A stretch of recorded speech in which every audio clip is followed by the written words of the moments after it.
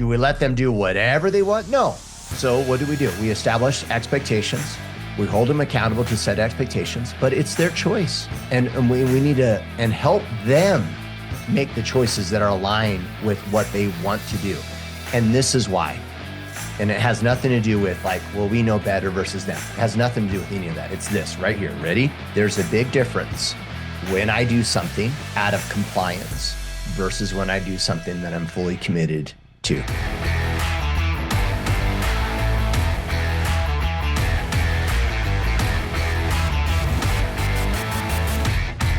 Shawn, we do it again, sir. How you doing? Great. How are you? Yeah, good, man. I had a good weekend. Took the family to Arches for a little mini adventure. And it was great. And now back to it. How about you? Are you guys have spring break yet? Yeah, we already had spring break, come and gone. We were in Hawaii for that. So that was a good time. Poor thing. Yeah. Yeah. And Big Island. What's your guys' island of choice? We go a different island every year. So we're actually looking for a place on Oahu on the North Shore. Mm-hmm. So just to have, so I can get my surfing in since I'm landlocked now in Tennessee. Yeah. But we go to a different island every year. This year is Big Island and Oahu. So we did both and it was a good time. Dude, I love Big Island. I've been once and I was surprised how much I loved it. I just love the kind of small town feel on the Big Island. But we'll be going to North Shore actually in a couple months. We're looking forward to that. But yeah, we almost got a place on Big Island. It's just so diverse. It's like it has everything. Yeah. It's and like you said, everyone's just so cool. Yeah. Yeah. It's super chill. In fact, maybe I shouldn't put them on blast. When I went to Big Island, I always try to train, right? When I travel, went into BJ Penn's gym. At the time, Penn was training for a UFC fight, so he wasn't in his gym. But his brother was there, and I can't remember his brother's name. Anyhow, dude, it was it's the opposite of, you know how everyone says like jiu-jitsu is a brotherhood and it's all cool and everybody's welcoming. Kicked your ass. Oh yeah, it was a class, and then BJ's brother is like, okay, let's train. And he's like, me and him in the middle of that mat, no one else trained. They all sat in a circle and him and I just went at it for a 10-minute round. Jeez. No one was even watching, right? And full disclosure, he just destroyed me. So it was a furnace's fire, you know what I mean? It was he just put me in the fire and I just, try to hang. I got good training in after it, but you know what I mean? It was a little bit like, oh man, all right, here we go. It's like when I was a kid moving to a new school and getting in a fight, it's like, all right, let's just bang, get this over with. You're better than me. I'm not going to pretend that you're not, but it is what it is, and get our training in. But yeah, crazy. Is his brother as flexible as him too? Yeah. That's crazy. Yeah, super flexible, good guards. Yeah. So, but anyhow, put him on blast, Dick. All right. We'll get into questions, man. So we got questions from the Foundry, from the Iron Council, as well as Facebook, just a couple from the Iron Council brothers. Our first question, right, is really around investments. And I'm actually personally, I'm very interested, Shawn, in what you're going to have to say about this, right? So Reagan Butts, assuming you have $10K to invest today, all credit card debts and other short-term debts have all been paid, and your emergency fund is fully funded, where are you investing with the current market trends? Yeah, and I have to be careful with this one. Being securities licensed, all of those things, that this is not financial advice that I'm giving. And it's going to be very basic because of that. Honestly, like I don't really like the investment shows, quote unquote, that they have, the Ramseys, the Susie Ormans, that, those drive me nuts. And the reason they drive me nuts is, even though he gave me a little background, I still don't know enough. I don't know age. I don't know goals. I don't know what he's trying to achieve. What do you want the 10 grand for? There's so many questions to be asked, right? And he said short-term debts. So what long-term debts are there? Yeah. Why wouldn't you pay those down? Yeah. So totally full disclosure. Yeah. I love it. I mean, there's a lot of questions to be asked, right? And so what I will say is that any investment, if you're looking long-term, there needs to be 3 questions you got to ask. Do you have the possibility for double-digit returns? I would look at that. So any investment you want has to have the possibility for double-digit returns. If not, long-term, you're not going to end up in a comfortable spot, if comfortable is the word you want to use. It's not going to grow the way it needs to. So you need to be able to get double digits when the markets are doing well. Obviously, the markets this week, not doing well. I mean, by the time this comes out, we could say last week. We're recording this on Monday, and it's getting hammered again today. And so, but you need to be able to get double digits. The second thing is you need to look at is what's downside protection that you have in that investment. So you've always heard that it's risk versus reward. So how much risk are you taking on in trying to get those double digits? I mean, you can look at individual stock. Obviously, that's higher risk. You can, if you pay attention to beta when you're looking at stocks or mutual funds or those types of things, maybe that's an indicator of the risk you want to take on. But maybe there's some guaranteed options you want to look at, which there's a lot of now. There's things out there that give you downside guarantees or a floor where you're not going to lose if the market's down, but still give you double digits when the market's doing well. So that's the second thing. What's your risk that you're taking on with that investment? And then the third thing, which a lot of people overlooked, is what's your tax consequence going to be on that money? Meaning when you invest long-term, there's 3 ways you get taxed. You get taxed now, meaning in a mutual fund, you get capital gains every year, savings account, those types of things where you get 1099 every year. So that knocks into your return, by the way, because if you're paying short-term capital gains at 25%, you earn a 10% return. Your net return 7.5% because of the tax every year. So to avoid that, you want to be in something tax deferred or tax exempt. Tax deferred's your retirement accounts, 401ks, stuff like that, which those get taxed when you take your money out of them. They go in pre-tax. There's no tax on growth. But then when you draw income, you pay ordinary income tax on that. And half the people I sit down with that have 401ks and IRAs and 457s and deferred comps and TSAs and all these things, they're all the same thing tax-wise. Half the people I sit down with that have them think that as long as they wait till after 59 and a half, they don't have to pay taxes on them. Not true.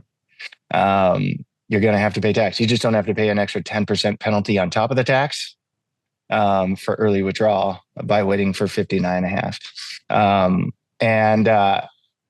So if you want to avoid the taxes, you need to be in something tax exempt, which is after tax dollars. You've already paid taxes, get the money in your paycheck. That's what it sounds like he has. He's already paid the taxes on it. So if he's already paid taxes on his money, he has 10 grand, I would try and put it in something that's tax exempt. There's different things, Roth IRA, there's things called IULs, VULs, there's, insurance products, muni bonds. Challenge with muni bonds is you're not getting the double digit returns like I talked about, but they are tax exempt. So looking into things like that, the ideal is having all 3. And I'll just leave it at that. Obviously, you could go a lot of places with that, but these are the overlooked questions that most people, when they're looking at investments, they're just looking for what's the most bang for my buck? What's going to get me the best return? What's the biggest upside and a lot of it's about avoiding taxes is one of the critical elements of determining your investment. Yeah. Well, avoiding taxes and avoiding loss, especially if it's not extra money to you. One thing it does sound like is that this is foundational for him. This isn't something that he can necessarily afford to lose or take big losses on or take a lot of risk in. And so when you're foundationally growing your nest egg, I think it's important to pay attention to those things even more closely than I got 10 grand now. What's the stock I want to bet on? Yeah. I mean, even Roths, right? Like if your income is above a certain amount, you can't even invest in Roths, correct? Yes. Yeah, there's limitations, and obviously the amount you can put in annually is limited. So you couldn't even put 10 grand in at once unless he's married. Again, one of those questions that wasn't in there. You know, and then they can each contribute and sneak 10 grand in there. Yeah. Wild. All right. There you go. I have no opinions about this stuff. So, all right. Yeah. And here's the thing too, as the market's down, I'll say this to everybody.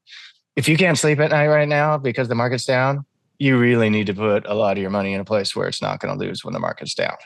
You know, if it doesn't bother you and you're thinking, oh, how can I get more money to buy right now? Then those are the people that should be in equities because they understand it. They're not worried by it. They, you know, are looking long-term. And if you're really having trouble sleeping at night, it's like you need to talk to somebody and get in a place where you're not going to take those losses. Yeah.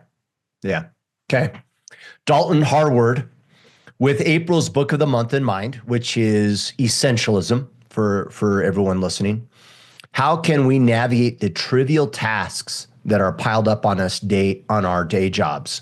Meetings that accomplish nothing, busy work which isn't tracked and audited. If a job seems to be full of things which can be clearly defined as trivial, is it a sign it might be time to move on?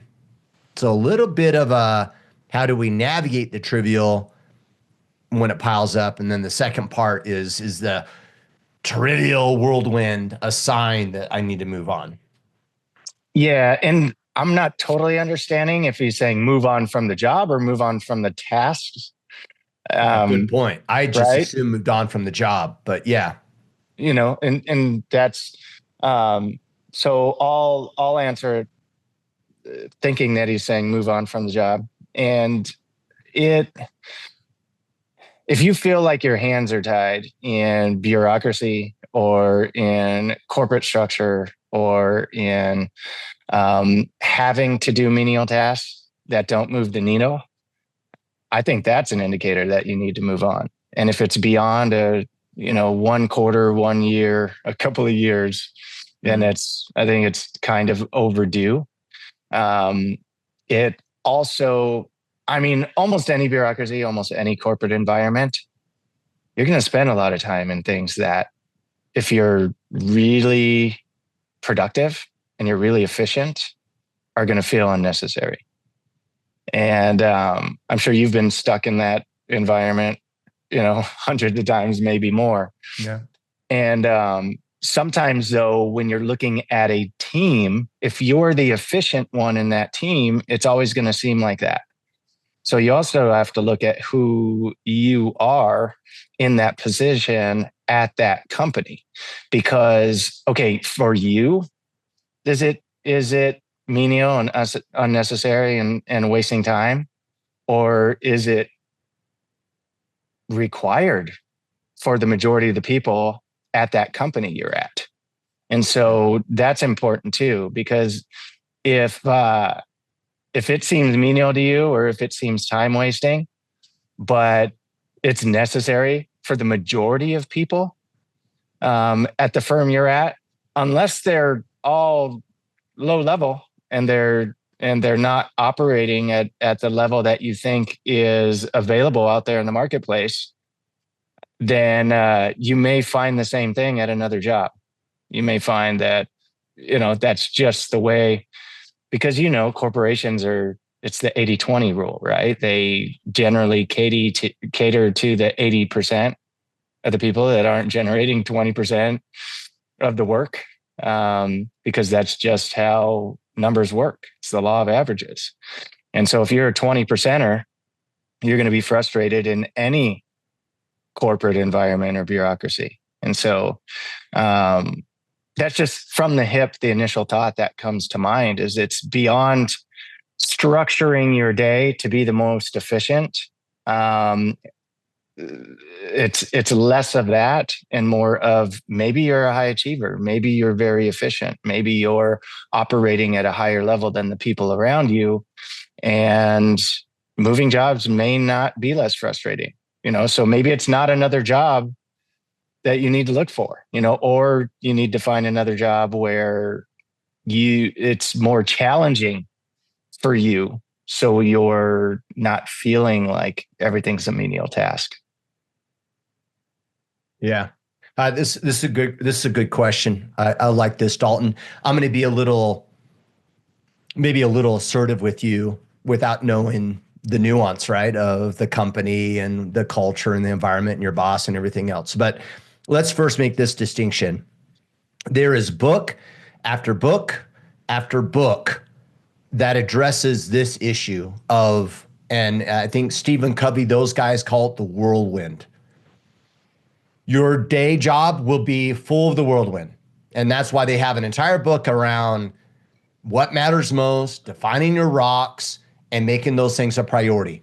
Look at our personal lives. How often are we busy at home and we're doing the things, and it's the whirlwind of maintaining a home and having kids, and you forget that the priority is to build relationships and develop your kids.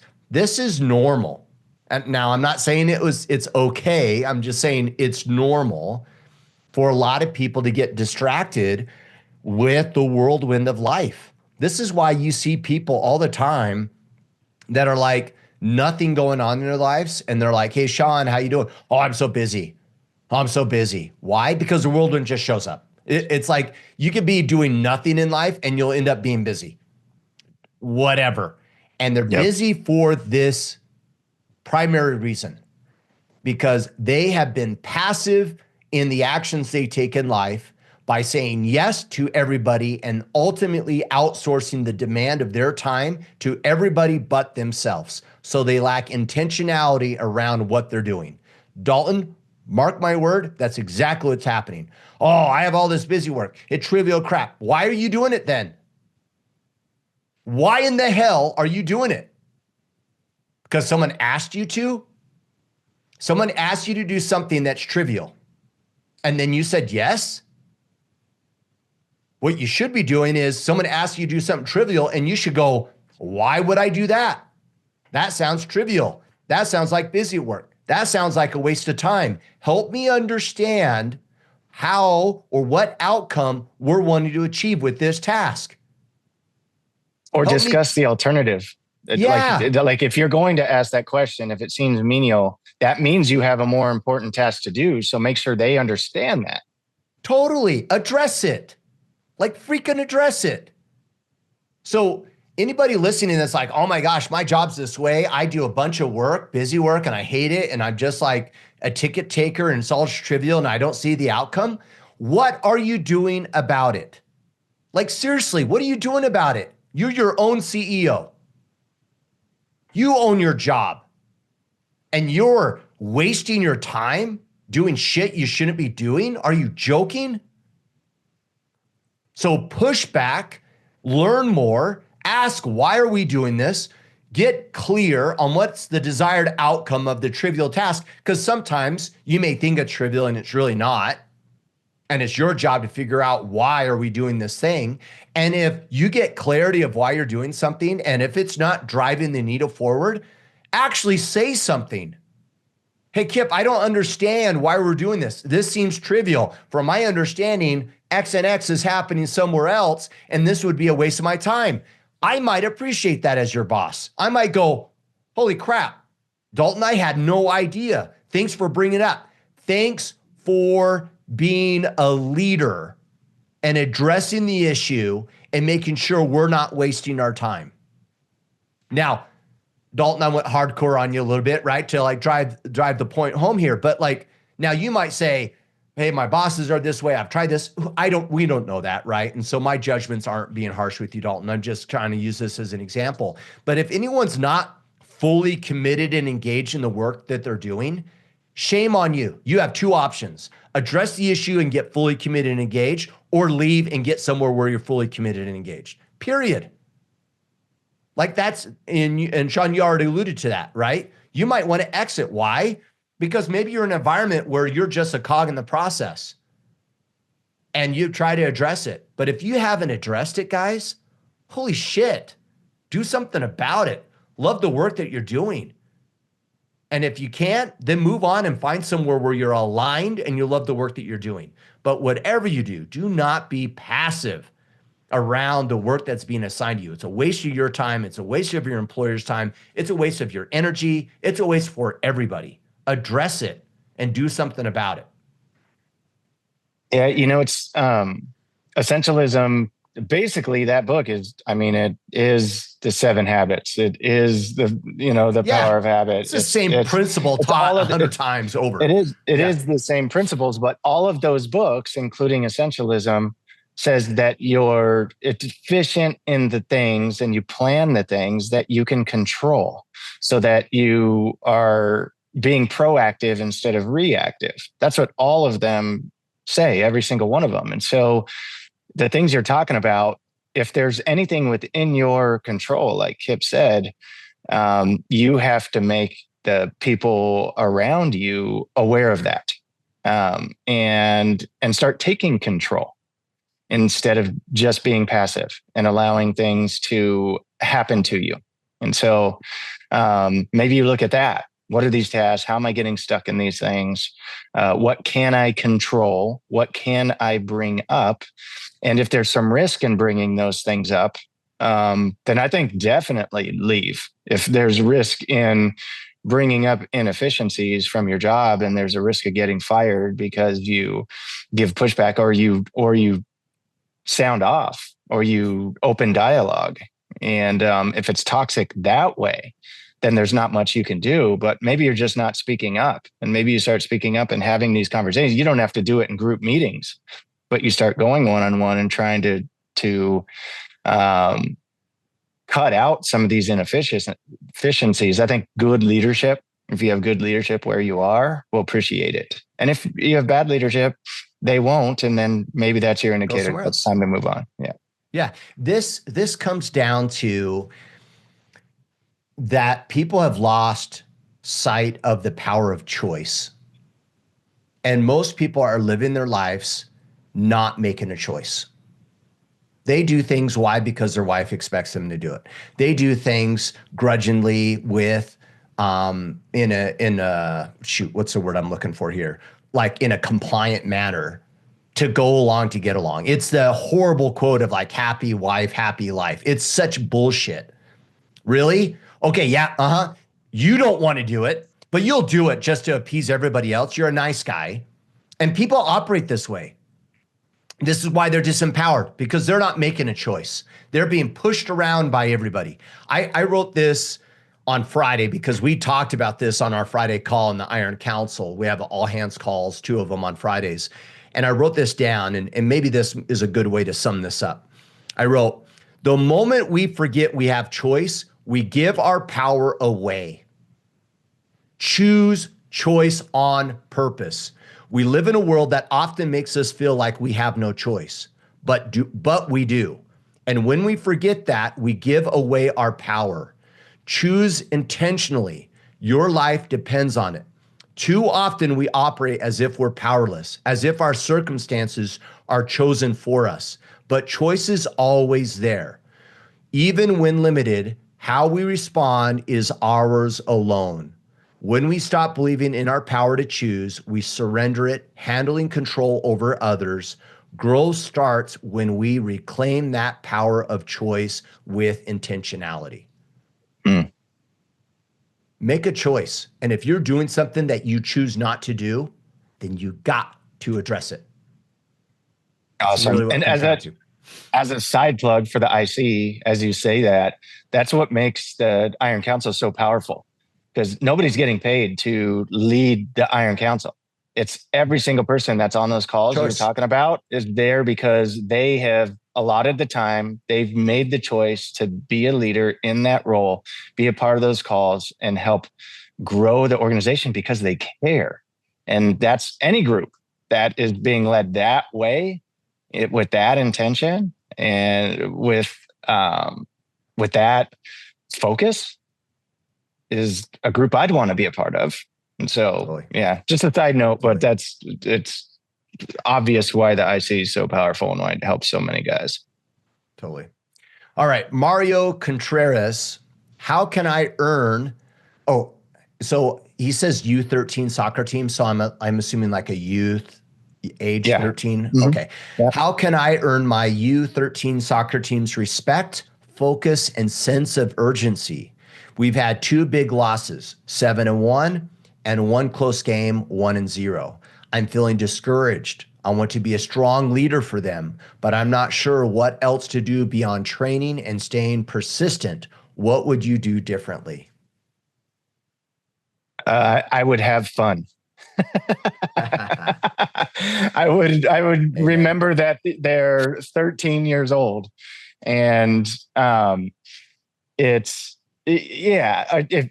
sounds like you're teaching fundamentals. It sounds like you're you know what you're doing, and the most important thing is you care. It's obvious you wouldn't have asked the question if you didn't.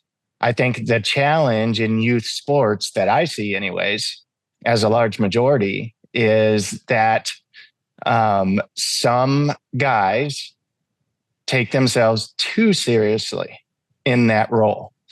You're not preparing them for college. You're not preparing them to be a pro athlete.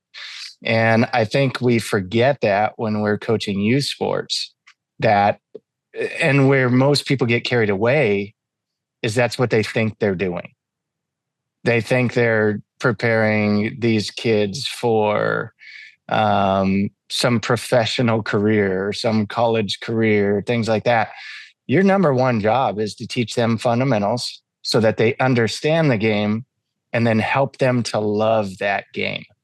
And that's not going to happen for every kid. Some kids aren't going to like soccer. And some of them are on your team. Some already don't like it, and they're on your team at 13 years old. Some are there because their parents are making them be there. And then you're going to get a handful that just love it and are awesome and are coachable and listen, and that's all they want to do. But that's rare. And so just keep teaching those fundamentals, keep caring, keep putting in the effort, keep not accepting losing, but also don't get caught up in the wins or losses. I can tell you, coaching for the last 10 years now in baseball and being active in some capacity in all the other sports that my kids are involved in, I can give you more examples of parents that took themselves too seriously with their kids. And by the time they got to high school and college, they wanted nothing to do with that sport anymore. Then I can give you examples of kids that had fun, that understood the fundamentals, knew the hard work necessary to operate at the highest level. But then those coaches and those parents left it up to the kid. And those are the ones that most likely ended up playing in high school and college and loving the game. And, maybe even further into later on down the road, coaching at some point. And I've seen that over and over and over again from all the way back to when my dad was coaching as a kid. My dad coached kids that are now in the major leagues, and he's, coached some who quit after 13 and that's not up to you to decide. It's up to those kids. But keep doing what you're doing, except start having a little more fun, maybe smile a little more, maybe focusing on what they're doing right, not what they're doing wrong, and, I think that's a good start at least. Yeah. I mean, I love leadership stuff, and I love it because it shows up everywhere. Right. It's like, okay, Mario, translation, you have a team at work. They're constantly not hitting their metrics over and over. Team's losing. How do you gain their respect, focus, and sense of urgency? Same answer. Same exact answer. Right. So if I went to you, Shawn, and I'm not winning, right? Like I'm not making the salary I need, or these things, I'm not winning from a work perspective. What Shawn would probably do is break it down and say, all right, Kipp, what is winning? What's changed winning in the game that we have? What's winning for you? Guess what it is? It's less turnovers this game. So that's going to be my win. Or my win this game is to at least have 3 scores. right? Like, dude, this is about the game. It's not about winning the game. It's about the kids on the soccer team growing, period. So what is it that you can help them grow with? Resilience in the face of failure over and over, how to maintain a positive attitude despite the fact that I'm on a losing team, how to get better at something while I lose constantly. Holy crap, what a great chance. But if you get too sideways as a leader, and this shows up in the workplace all the time, you get too sideways as a leader and you're upset and you're not positive and you're not weathering the storm in a positive way, and instead you're like getting into like everything's falling apart, your team's going to pick it up from you, man. So you need to change your mindset. And I think the mindset is win if you can, but the bigger game here is the kid. How do they learn and grow in the framework of soccer, right? How can you use soccer to help them develop as individuals? If it results in a win, awesome. If it doesn't, that's okay too, but help them see how they can still win, become better despite all of that. And now you're playing the most important game of leadership, and it's not soccer wins, right? Yeah. And it's also 13U is different than travel soccer. And, you know, you travel, you're recruiting a team, you're putting them together. You're finding the kids that want to play, that want to be there, that have the drive, that parents are supporting them. And, you know, and so it's just a different thing where in 13U, you're getting everybody from everywhere. You know, like I said, some kids don't even want to be there and now they're on your team. And so I think what Kipp said is spot on. If they're improving, you gauge your season by that. I mean, I can tell you, most of my coaching years have been winning seasons. I had one losing season where we had more losses than wins. That was 3 years ago.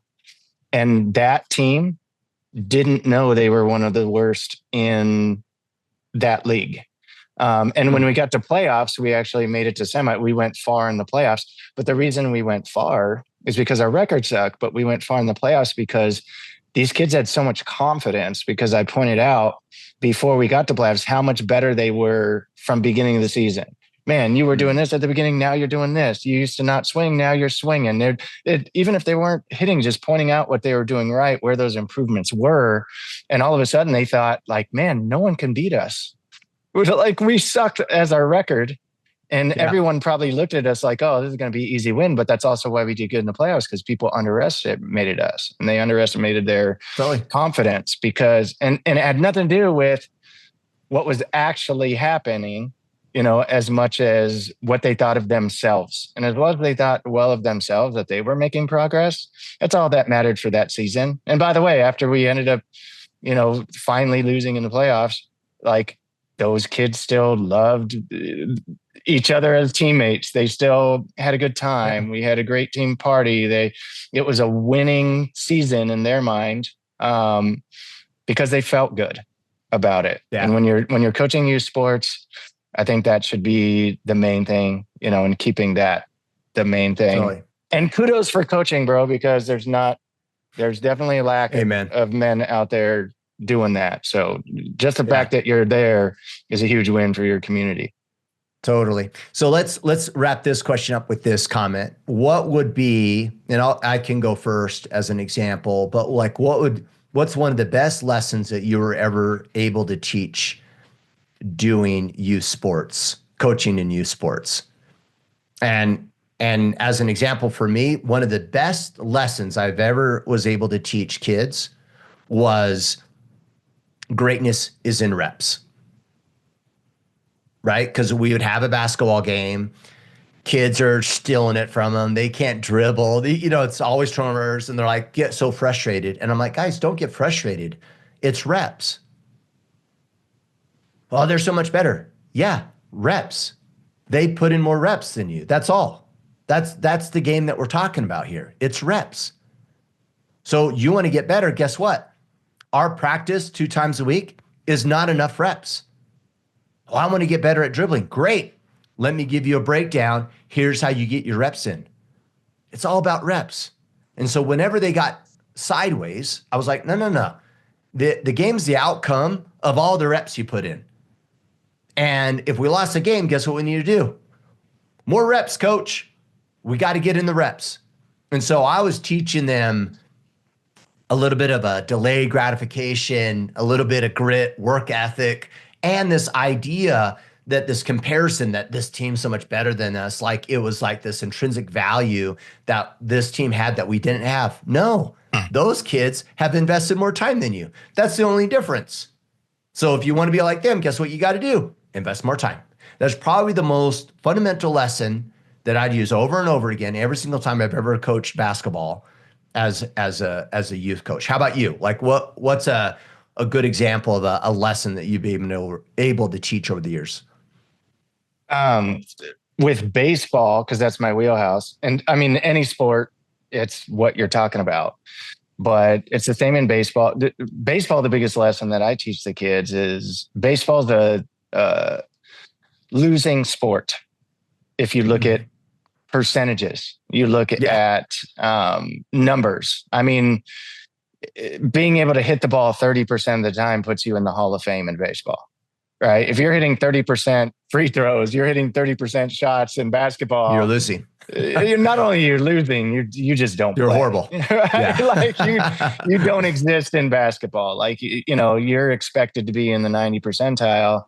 Or they don't even look at you, right? And so in a sport like baseball, you're losing more of the time. So that's always my lesson, is that you need to take the lumps and celebrate your wins, which, by the way, I think that's life too. I think life, hands us more difficult things. That's why I love baseball as my wheelhouse, because that lesson of you can be missing most of the time and still be a winner, right? It's all you need is that 30%, and that can make you great. So when you're getting wins, be excited about those and build on that with the reps.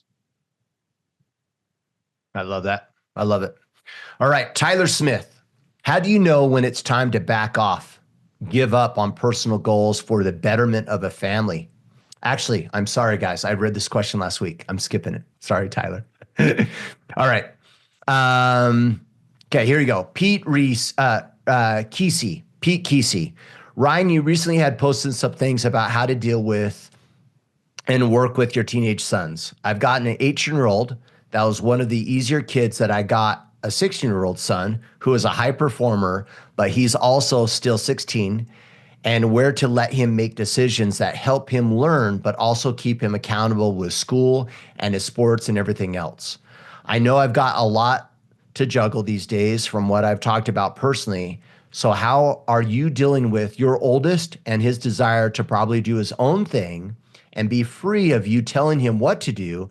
Just some thoughts. I've gotten 3 boys out of the house and now a teenage daughter. Ooh. Well, I'm in a similar boat here as Ryan, and our kids are the same age too. So I guess it'll be kind of in alignment with that. And my oldest does want to do his old thing. My oldest boy's 16, and he's a high performer. He's really good at football, really good at wrestling. His wrestling coaches are frustrated because they want him to focus on wrestling, because they think he could perform at the state level, like be a top 5 in the state kind of kid. But his focus is on football, and I'd like him to be great at all of them. Right. I mean, it's, and put in the same effort, but at the same time, I understand it. So I think the biggest thing for me is support him to perform at that thing that he loves, that he's a high performer in, but simultaneously keep him on task to the other things that he's committed to, and wrap it all into his ultimate goal. So in this example, you said schoolwork and other things like that. I'm going to assume it's kind of the same as my kid. He puts less focus on schoolwork, does just enough to get by, and he thinks that's enough. but he wants to play Division I football. And I'm like, hey, look, D1 school, they have a kid that performs like you on the football field, but his grades, he's got a point higher in his grade, in his GPA. That shows more commitment, and they have the same level of athleticism. They're going to choose that kid with the higher GPA because it just shows better work ethic, more commitment, and a number of different things. Maybe even that you're a little bit smarter, and that's what they want, in their athletes, is making better decisions on the field cerebrally. So it's like those things are more important than you give credit to. So just making sure that you tie all of those things into their goal. And it's frustrating because you want them to do it a certain way. You want them to give a certain amount of effort. You want them to give a certain amount of commitment. And because they're high performers, you expect them to do it in everything that they do. And that's just not true. Forget about the fact that they're teenagers. It's not true for adults also. We don't tend to think that the trickle effect of our habits applies to everything. We'd like it to apply to just the things we want to do and like to do and are maybe built a little more for. And it's just not the way it works. We have to be able to do it in every part of our life if we want to excel in all of it. And so support his way of doing that, but then also continue to remind him in these other areas that those tie into what he wants. And so attach it to the goal. Make it his why that drives him to perform well in these other things. I think it's more our job to be reminders of those things for our kids than to be drivers of those things. I think we try to drive it, and that's what drives our kids away from us and those things, where we need to be more reminders of what's driving them. Totally. I mean, this goes back to the earlier question, power of choice, right? You have a kid is independent and wants to do their own thing. Sign of greatness.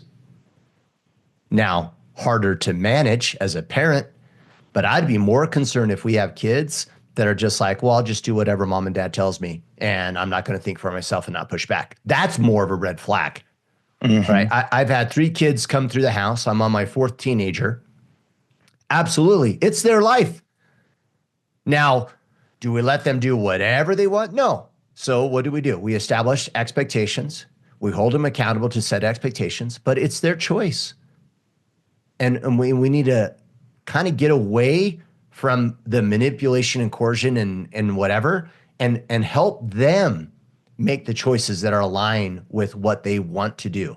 And this is why. And it has nothing to do with like, well, we know better versus them. It has nothing to do with any of that. It's this right here. Ready? There's a big difference when I do something out of compliance versus when I do something that I'm fully committed to. And guess what items I'm going to always be fully committed to? The decisions I make. People will learn and grow more in self-directed decisions than they ever will being compliant with someone else's decision. Period. Even if it's an inferior thing, they will learn more in self-direction than they will out of compliance. That principle is transcendent to all things. You want compliant employees? Bad idea. Because now they're just ticket takers and you're the puppeteer and you constantly have to manage everybody. They're not going to learn to grow. Same thing with kids. You don't want a compliant child. You want a child that's fully committed and engaged in whatever it is that they're about in life. You're the framework and the accountability to guide them in that decision, but you want them to make their own calls. Absolutely. Why? Because that's where learning and growth is. It's not in compliance. right? We don't learn anything just by doing it because I'm afraid that Shawn might call me out. That's not where growth is. There's just one red flag in that, because we are saying let it be their decision.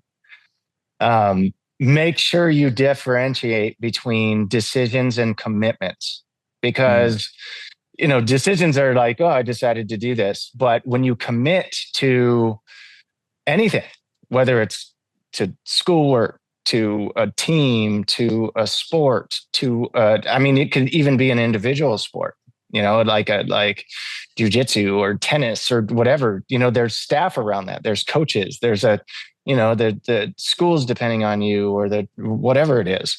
Even if it's U13, like Mario was talking about, make sure that we're instilling in our kids that when you make those commitments, you at least follow through and finish the commitment, and then you can move on. Because if you just decide you don't want to do it anymore out of nowhere, and then you quit, now you're basically enabling them to quit. Totally. And I'm not saying don't set expectations and boundaries, right? It's like, hey, to live at this house, here's the rules, right? There's guidelines, expectations, there's cause and effect for all decisions, right? Some of it might be, if you're committed to a sport, you ride it out until the end of the year. We don't, or if you quit, you have to commit to something more difficult than what you're doing always, right? I'm okay with that. Still let them make the decision. You hold them accountable, right? Within that framework to ensure success, right? No different than if I have a job, roles and responsibilities, expectations of performance. Hey, Shawn, do you want the job? Yes or no? I'll do it. Okay. And if you don't, guess what happens? Do I just go, oh, Shawn decided not to? No. I hold him accountable. Shawn, you said you would do this. Here's the consequences of that decision. This is what we're going to have to do, right? Still agency and choice. I still establish the framework and the expectations of winning either scenario, right? Yeah. Yeah. Good times. All right. Well, best of luck with that teenager. Bob Ross, I deal with speaking to myself very critically and poorly, far beyond what I would ever say to anyone else, and I give myself absolutely no grace. I'm working with a therapist on this, trying to reframe my thinking and self-talk. Do you, either of you, deal with this, and how do you protect yourself from being too self-critical? Thanks for all you do. I will preface this by saying I have been blessed my entire life with thinking I'm awesome. I love it. But not at everything. I had a mom who was, man, she was tough and she could be super mean, but she also always told me what I was good at. And so because she told me I was good at things for so long, this ties in perfect to everything we've been talking about, right? If you're coaching kids, if you're leading people, if you're in any leadership role, your biggest thing to drive people is to point out what they're good at. And human nature, the reason that's so important as a leader is because human nature is our automatic go-to is to focus on what we're not good at and what we're lacking in and what we missed and what we didn't do. I mean, I could look back at, when I played baseball, like there's times, where I remember when I hit a grand slam in high school. I remember when I, was in the playoffs and threw the kid out at home that took us to the championship. I remember when, I had those types of moments in my life that were game-winning moments and stuff like that. But I remember more the guy didn't throw out. The bad throw I made that cost us the game. The strikeout that, the game was over because I didn't get on base or I didn't walk or I didn't stay in there or whatever it was, right? I remember more of the bad things than I do the good. And I think that's human nature. But somehow I still think I'm awesome because I've accepted that I'm not going to be good at everything, but I'm good at enough. And so it's now in saying that, like it was prefaced with kind of being fortunate, I guess you can say, and having a positive outlook in those things. I think you need to start writing down your wins and taking an inventory of what you do right. And, just like we're saying you need to, as a leader, to point out to your subordinates or to the people that you're leading or whatever it is where you work. I think it's easier to do that for other people than it is for ourselves. So also enroll some people in your life that you can trust, whether they're good friends, maybe coworkers, people in the IC, because I know you're in the IC with us on your battle team, and ask them what you do well, what you do right. Go take some inventory and start paying more attention to those things and build on that.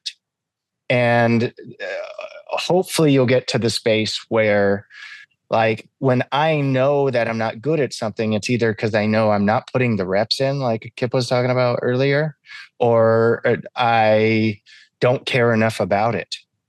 And so I think as men, we care too much about sometimes menial things that we're not good at.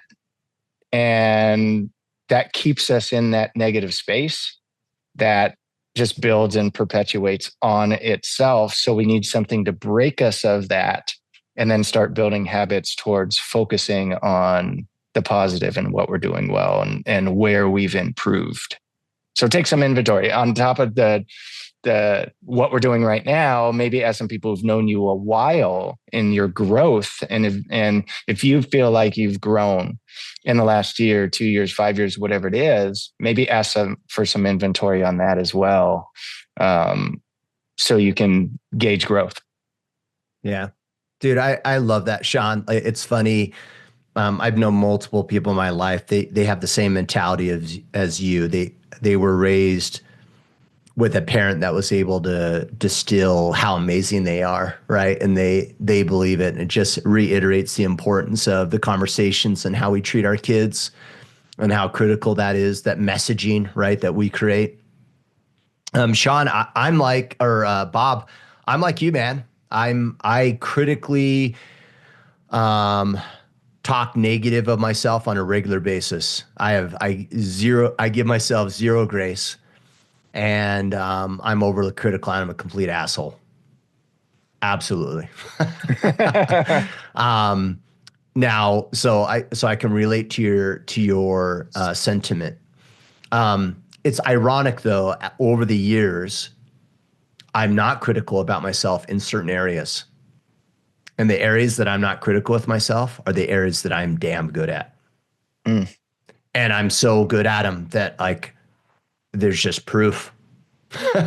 There's proof everywhere that I'm like amazing at it. And it sounds silly to say it, but I am. Like, when it comes to teaching, when it comes to consulting as a consultant, I will run circles around most technologists. Circles, right? I get a client back in the day that would be like, oh, we're looking at you guys, but we're also looking at Deloitte and the Big Four. I'd be like, bring it. I will destroy those guys. I will be able to mirror the need between technology and your business better than anybody on earth. Like, literally, I think I'm so damn good at it. And the only reason why I say that is because I have gotten so much reps around it and evidence that I can't even argue with it. Like, it's not even an opinion. It's not this persona. It's just like, it is. So now in other areas of life, I'm not that way. So part of me goes, well, do I have evidence that I have gotten better? Now, am I still overly critical more than I need to be? Absolutely. So here's a couple thoughts I have. One, obviously focus on improving. And then take Shawn's advice around celebrating the wins. Bob, there's a great book called The Gap and the Gain. And the idea of this book is celebrate the gain. Stop operating in the gap. The other thought I have for you is, and I hate to admit this because this makes me look bad, But most people that are overly critical of themselves, they're hyper critical of everybody else too. Mm. Have empathy for other people in your life. And by doing that, by having empathy with your wife, with your kids, with your colleagues, guess what? You'll start getting reps on how to have empathy with yourself. And the last resource I give you, Bob, to look at if you haven't already read it is the 4 Agreements. Most negative conversations that we have with ourselves are based upon the agreements that we've accepted in life. There's power in me hearing internal dialogue and going, whoa, no, Kipp, that's not true. I remember when I made that agreement. And that's not true. That's through the mindset of a 10-year-old or whatever.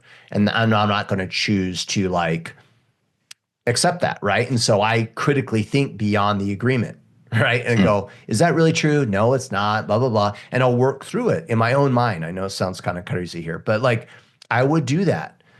Here's the one like area of fear that I have for you, Bob, and I'd be careful, is most people that talk about self-talk and being positive versus negative, they will get negative around them talking negative about themselves.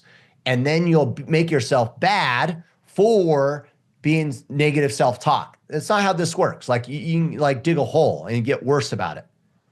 Is it going to show up? Sure. Yep. Absolutely. You're going to have negative self-talk. And what does it mean? Nothing. It means nothing. So what are you going to do with it? Is it true? Is it not true? But don't, and I'm not a psychiatrist, but I think this is where most psychiatrists go wrong, is they dredge people through constantly talking about their negative self-talk, which just like is dragging people through it over and over and over. Don't beat yourself up that there's negative self-talk, but when it shows up, ask if it's true or not. And then what are you going to do about it? And move on. And don't get all sideways just because it showed up. That's my only advice coming from another crazy person that overly criticizes myself and others. Yeah. Well, and I'll say, like, even though I overall more positive than any other thing, there's still, I mean, almost on a daily basis, I'll do something where from the hip, I do something like, you dumbass, like to myself, like that was totally stupid. You dumb, like that. I can't believe you just did Idiot. That. But yeah, I follow it immediately. One of my habits is then I also make myself find humor in it, make myself able to laugh about it. Like that was like, turn it into, well, that was stupid, but that'll be a funny story to tell someone, that I just did that. Right. Being willing to laugh about it and look at it, I guess, from a long-term perspective, of like, wow, that'd be funny to tell someone that I just did that someday, and turn it into just, I guess you could say, make more light of it. That's become a habit of mine that helps me not continue to punish myself for the dumb things I do every day. I love that, Shawn. Or in fact, I was just having this conversation with some people last week about this. It's like we take ourselves way too serious. Like even the things that we're like beat ourselves up about, it's like, really? You're going to get pissed off about that? Like, holy crap, in the grand scheme of things, right? Like we should be laughing at most of our mistakes, not getting upset about it, And I think there's some power in that sentiment. That's a really good point. All right, last question for us. John, I worked on this before the call started. Shawn Drogomirinsky. Polish name. Let me know how I did, John. Yeah, I nailed it. All right, here we go. How do you deal with colleagues that are dishonest and shirk their responsibilities? I stand out as the only employee where I'm working that actually puts in a day's work. I do get recognized for this, but nothing is done to change how my colleagues are behaving. It creates an extremely toxic work environment. I've called people out several times now, but they don't want to hear it. My boss just keeps saying 2 years and they'll be gone as they were nearing retirement. Leaving the company is an option, but not easy as I'm living and working with family in a country where I'm not completely fluent in the language. Love this question. Shawn, if you don't mind, can I make a distinction? And I'm not going to answer his question, but I want to make a distinction here as you get ready to answer John's question. Absolutely. The distinction is this: equitable transfer of value. If you're a leader, you need to operate with equitable transfer of value. It needs to be equitable. What I pay and give an employee versus the effort they put in. It needs to be equitable. In any case, here's the crazy part. When it's not equitable, 83% of employees reduce their effort to match the equity they receive. You don't get a great employee at a cheap salary. You get a silently quitting employee that's potentially great for that salary. It needs to be equitable. Now, here's the interesting part. Oh, wait, I said the 83% silently quit. The 17, they go leave and find a new job. What I hear John say is it's not equitable. So let me explain how this is not equitable. There are one of the 3 ways that an employee perceives if equity is equitable or not is how they compare to their colleagues. So Shawn and I, same title, same salary. I work hard and Shawn doesn't. The high performer is going to feel unfair. I'm going to feel like you're not giving me what I'm worth. Why? Because you're giving Shawn the same damn salary as me. I work twice as hard as Shawn and you put up with him. Not equitable. And so I'm going to want to leave. Or I'm going to silently quit and go, you know what? Fine. You know what? I'll give him my 9 to 5. I'll work as hard as Shawn and all these other dipwits, and I'll ride this thing out. That is what happens. This is why you can't set an expectation of performance and have an employee that's an underperformer. You can't do it because it's unfair for all the top performers. They will want to leave. And that is exactly where John is, as an example. Okay, to the question, Shawn. It's, I've never heard it called equitable transfer of value before for some reason. And what I call it, okay, it's awesome. It's an awesome way to say it. I've always said that if you're in any structured corporate environment, or bureaucracy or government job or whatever it is, right? Like there's structurally the way that they're structured kind of goes against our human nature for growth. And we're put in a position where, like Kipp said, that equitable transfer of value is that they're going to pay you just enough to not quit. And in return, you're going to work just hard enough to not get fired. And so bad. The more gray area in between those things there are, then the less productive the entire company becomes. And so if you're in an environment that is on the lower end of that, that's going to be difficult. But there is also waves and ebbs and flows to working environment, which it sounds like your bosses have already pointed out, like, hey, these guys are going to be gone in a couple of years.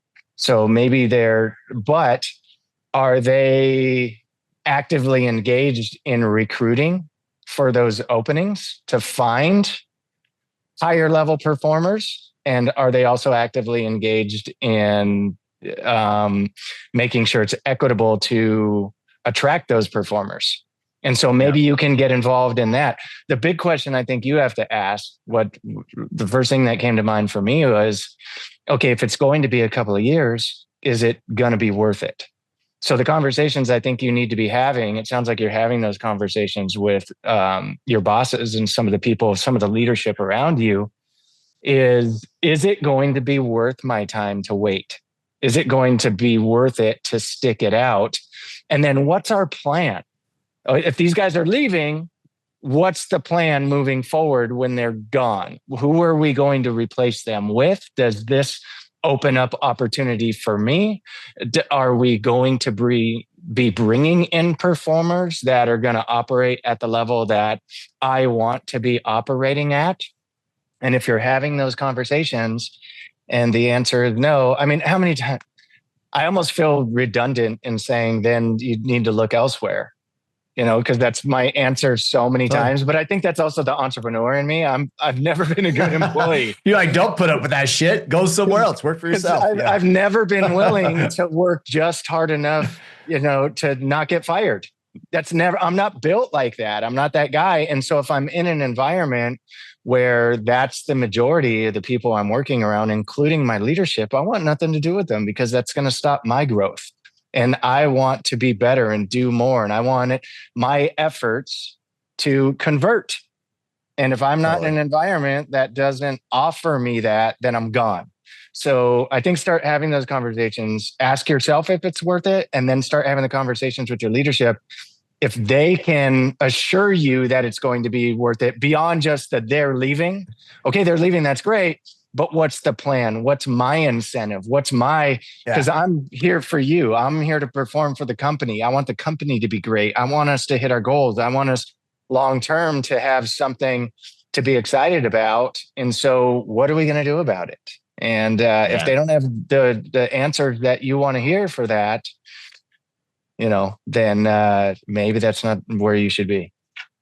John, this is tough, man. This reminds me of my teenage boys.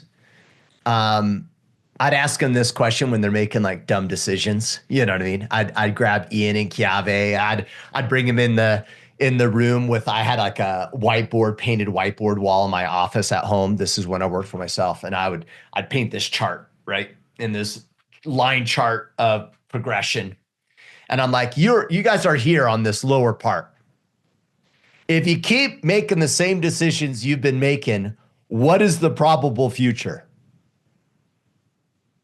And they'd be like, jail time, teenage pregnancy. You know what I mean? Like,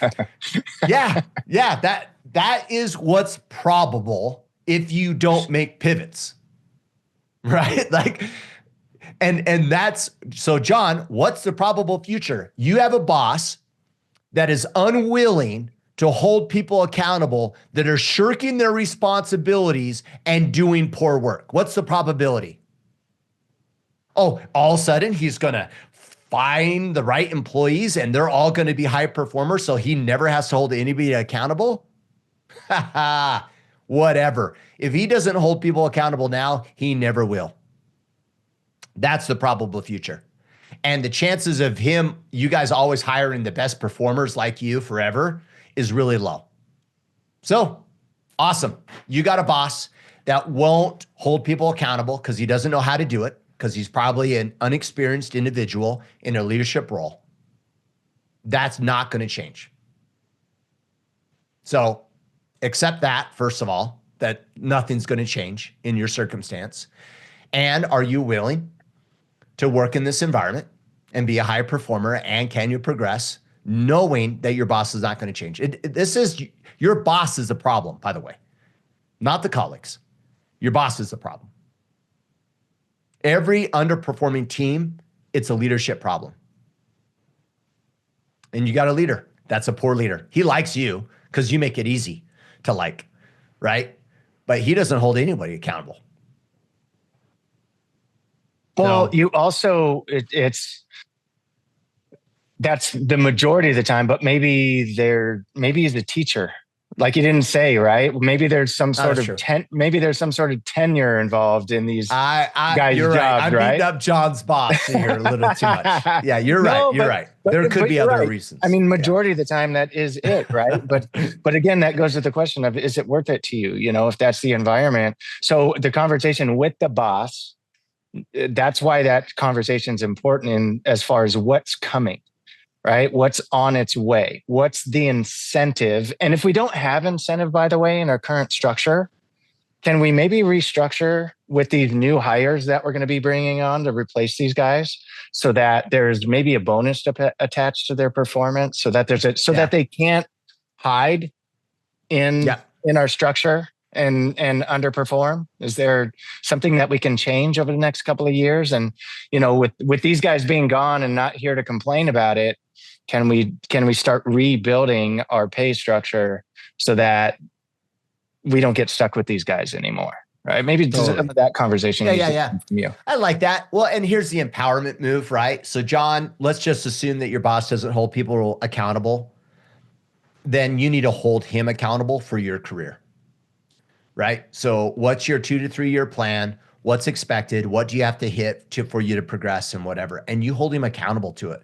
And you get black and white, not like, yeah, John, just keep working and you'll get your promotion. No. I need to know between now and next year for me to have a promotion, what needs to happen to ensure that happens and address it, right? And hold him accountable to it. Otherwise, the probability is he's a yes man and he's saying yes to you and, blowing smoke even for you. And he's not going to ensure that you get your own either if he's maybe not holding others accountable, if that's the case. So be mindful of that, right? The leadership styles, often their inability to be clear and concise in their communication is transcendent to both good and bad employees. Yeah. Right? So just be mindful of that and lead up the chain of command and make sure that you're holding him accountable to what you need to be successful in your role.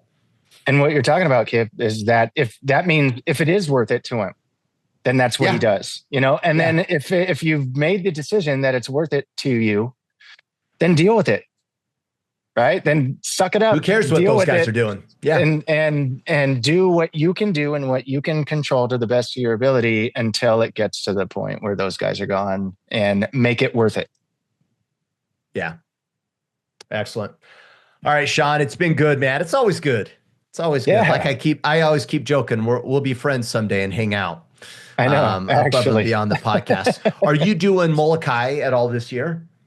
Not Didn't this you year. do that hunt back in the day? Okay. Yeah, I did for sure. And next couple of years are going to be wrapped around boys going to football. So it's less trips, more of that stuff. I got a 13-year-old going into high school, and she's a dancer, and Asia and I are realizing that we might be signing over our lives for the next 40 years. So a lot of travel in your future.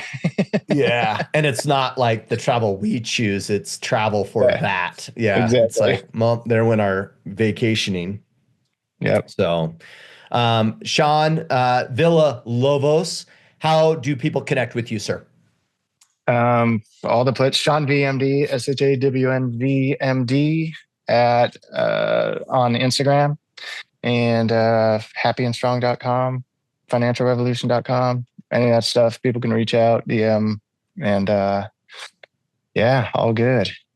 Awesome, man. Thanks once again for always, filling in for Ryan. It's good to mix it up. At least I think so. I'm sure Ryan doesn't mind a little vacay time either. So, and they're being successful too. I know they're on their pig hunt in Texas and having a good time. Yeah, I think like day one, I already saw him with a kill. So Ryan, I expect some bacon in the mail. Yeah, some sausage. Yeah.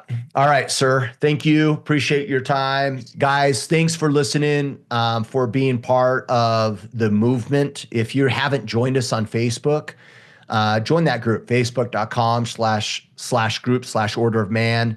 And as always, you can connect with Mr. Mickler on X and Instagram at Ryan Mickler.